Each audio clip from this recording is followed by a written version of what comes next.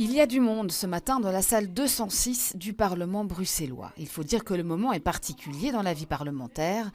Une toute nouvelle commission entame ses travaux. La commission pour l'égalité des chances et les droits des femmes.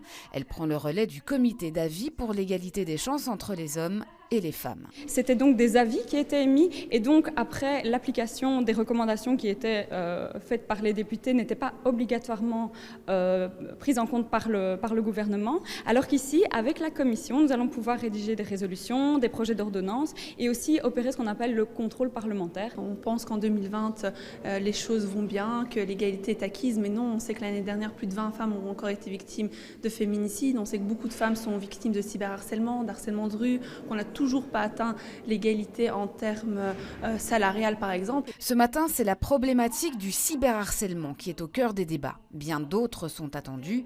Les violences faites aux femmes, la question de la parité, de la lutte contre la précarisation, de l'égalité salariale notamment. Ce sont toutes des thématiques transversales, elles ne concernent pas que le Parlement bruxellois, mais on a vu que les trois ministres travaillent ensemble également et donc ça va permettre d'enclencher, je pense, une nouvelle dynamique. La création de cette commission, c'est à la fois un signe et un signal.